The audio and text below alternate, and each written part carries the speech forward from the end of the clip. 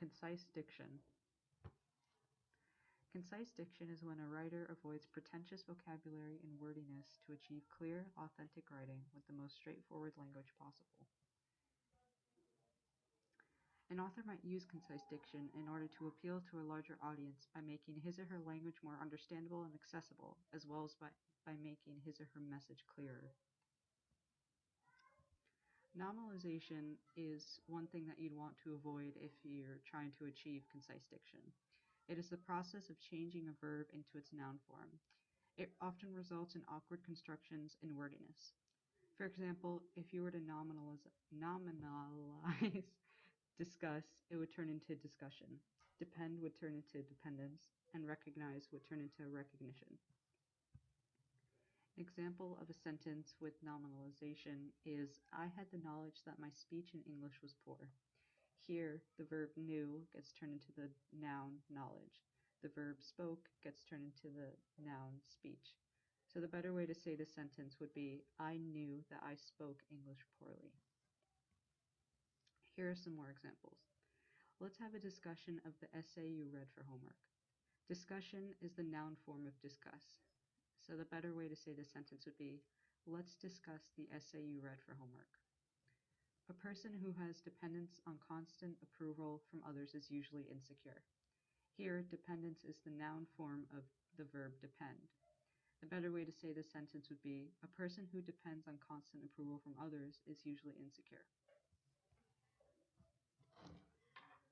A writer should also avoid using showy vocabulary to achieve concise diction. Writers often use fancier words to show off their large vocabulary or to seem more professional and sophisticated. But if he or she wants to achieve concise diction, they should avoid using the showy vocabulary and use more ordinary vocabulary that readers can understand. A writer must consider if the fancier word is more precise than the more ordinary word, and if the fancier word is more appropriate in context.